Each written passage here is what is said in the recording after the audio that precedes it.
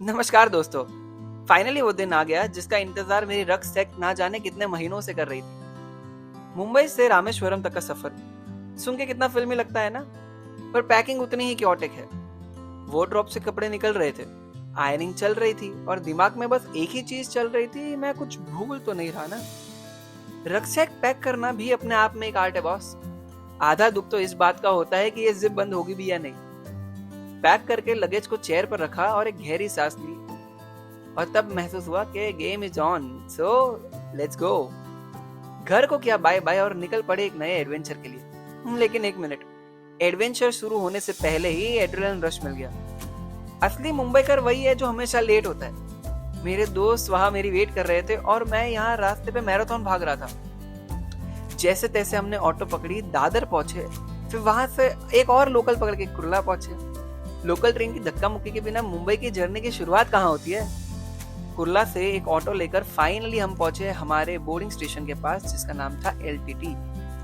Train हमारे सामने खड़ी थी और हमने तुरंत ही हमारी ट्रेन बोर्ड कर ली। सीट मिल गई, लगेज सेटल कर दिया, और अब शुरू होता है असली मजा। अगला स्टॉप सीधा चेन्नई। रात होते ही ट्रेन में असली पार्टी शुरू होती है। अगर आप गुजरातियों के साथ ट्रैवल कर रहे हो तो मेन्यू फिक्स है बॉस। थेपला, आलू की सब्जी और ढेर सारी बातें। न जाने मई के महीने में क्यों बाहर जोरों से बारिश हो रही थी और अंधेरा इतना था कि कुछ दिखाई भी नहीं दे रहा था। तो हमने बस खाने और सुकून पे फोकस किया। अगली सुबह जब आँख खुली तो मंजर बदल चुका था। ट्रेन की कड़क चाय और समोसे, क्या बात है। दक्षिण भारत के उन सुंदर नजारों की शुरुआत हो चुकी थी। चेन्नई पहुंचते पहुंचते शाम के 4:30 बज गए थे। चेन्नई स्टेशन पहुंचते ही हमने थोड़ा ब्रेक लिया और वेटिंग रूम में बैठे।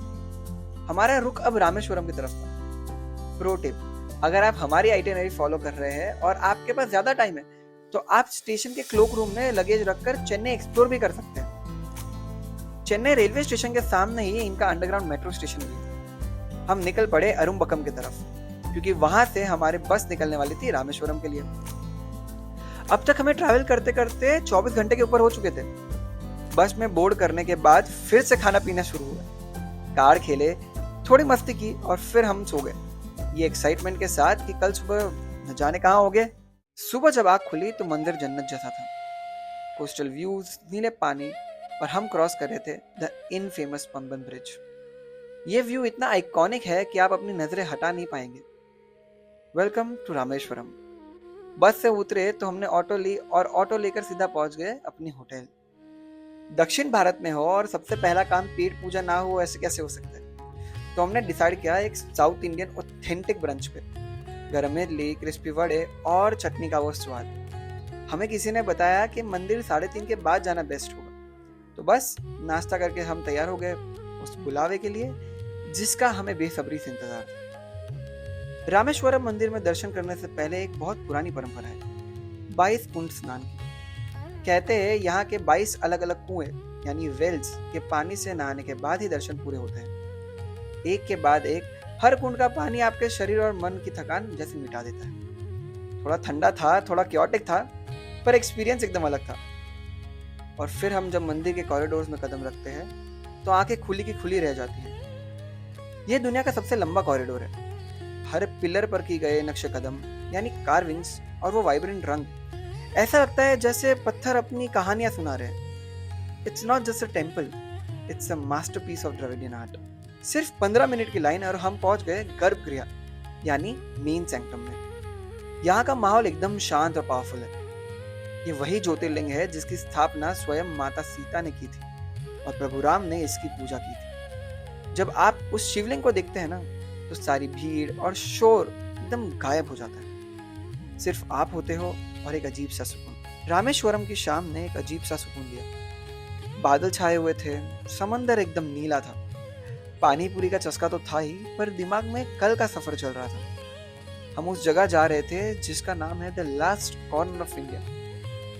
धनुष कोड़ी का रास्ता ये सिर्फ एक सड़क नहीं, एक एहसास है। एक तरफ बे ऑफ बंगाल की उड़ती लहरें, दूसरी तरफ इंडियन ओशन का ठहराव। ऐसा लगता है जैसे आप दो अलग दुनिया के बीच में गुजर रहे हो। नेचर का ये रूप जितना सुंदर है उतना ही इंटिमिडेटिंग है। और फिर हम आ पहुंचे अर्चिल मनाई। यहाँ जमीन खत्म होते ही शुरू होती है एक पुरानी दास्तां। मेरे सामने जो ये नीला समंदर है, इसके नीचे कहीं है राम सेतु, जिसका जिक्र हमने बचपन से रामायण में सुना है। नासा की सैटेलाइट इमेजेस हो या पुराने स्क्रिप्चर्स, सब मानते हैं कि यहाँ पर एक रास्ता था जो भारत को श्रीलंका से जोड़ता था, पर आज वो ये पानी के नीचे है। वापसी में हम एक जगह रुकते हैं जहां वक्त रुक सा गया था। एक साइड समंदर इतना खामोश था जैसे गहरी सोच में हो, और दूसरी तरफ ऊंची ऊंची लहरें जैसे पुरानी कहानियां सुना रहा हो। कभी कभी चुप रहकर सिर्फ समंदर को सुनना ही काफी होता है। लेकिन धनुषकोडी की एक दर्दनाक पहचान भी है, द घोस्ट टाउन। 22 दिसंबर 1964 एक भयंकर साइक्लोन ने इस हंसते खेलते शहर को खत्म कर दिया। आज यहाँ सिर्फ टूटे हुए खंडर बचे हुए हैं। It's haunting, it's beautiful and it's heart breaking all at once. इसी भारी भरकम हिस्ट्री के बाद हम वापस अपने होटल आ गए। यहाँ का खाना तो जैसे मानो कंफर्ट फूड बन गया था। और हाँ, वो बीच वाली पानी पूरी, उसके लिए तो हम दोबारा गए थे। लाइफ ऐसी ही होती है, कभी गहराई में डूबती है तो कभी छोटे छोटे स्वाद में खुशियां ढूंढ लेती है। और इसी के साथ हमारा रामेश्वरम को अलविदा बोलने का समय आ गया था। पंबन ब्रिज को पीछे छोड़ते वक्त ऐसा लगा जैसे हम एक सदी पीछे छोड़कर जा रहे हैं। रामेश्वरम की वो मिट्टी, वो मंदिर की घंटियां और वो गहरा एहसास, सब कुछ दिल में समेट कर हम निकल पड़े एक नए दास्ता के लिए। हमारा अगला पड़ाव पौंडीचेरी, इंडिया का वो कोना जहां फ्रेंच आर्किटेक्चर और इंडियन सोल का मिलन होता है। पौंडीचेरी में हमारा ठिकाना था अनपैक हॉस्टल। आपने रौनक को तो पिछले कई वीडियो में देखा होगा, पर यह हॉस्टल देखकर समझ आया कि जब दो लोग अपना पूरा प्यार किसी दीवार में चुनते हैं तो वो घर बन जाता है। रौनक और काव्या ने एक ऐसी जगह बनाई है जहां ट्रैवलर सिर्फ रुकते नहीं बल्कि रहने लगते हैं। It felt like coming home I didn't know I had.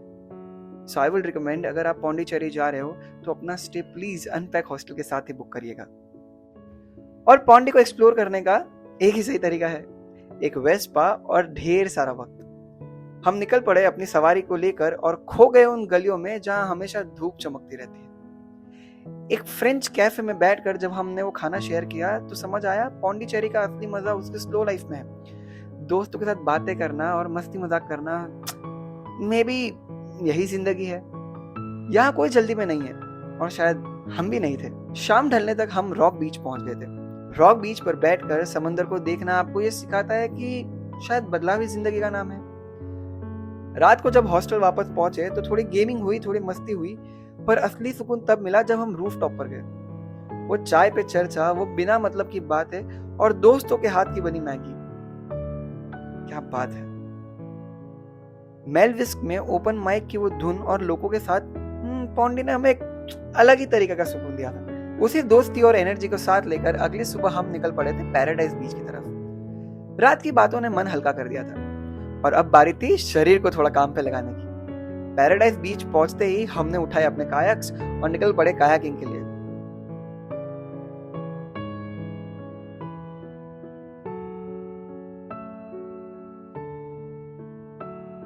ये हमारी पौंडीचेरी में आखिरी शाम थी। तो हमने सोचा कहीं बाहर जाके खाते हैं, कुछ बातचीत की और वापस आ गए हमारे हॉस्टल। अगले दिन सुबह जब आँख खुली तो एक अजीब सा भारीपन था। वो रक्सैक जो मुंबई से बड़े चाव से पैक किया था आज थोड़ा भारी लग रहा था। शायद इसीलिए क्योंकि इस बार इसमें सिर्फ कपड़े नहीं, ढेर सारी यादें भी थी। पौंडी की इन गलियों को और अनपैक की उन दोस्तियों को बाय बोलने का वक्त आ गया था।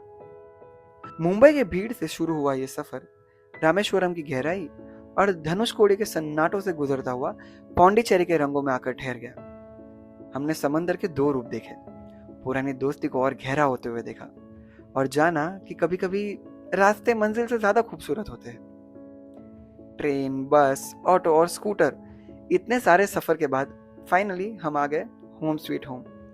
थके हुए पैर है पर मन एकदम ताजा है। सफर तो खत्म हो गया पर ये यादें हमेशा साथ रहेगी। तो अगर आपको ये जर्नी पसंद आई तो निकल पड़िए, क्योंकि दुनिया बहुत बड़ी है और वक्त बहुत कम है दोस्तों।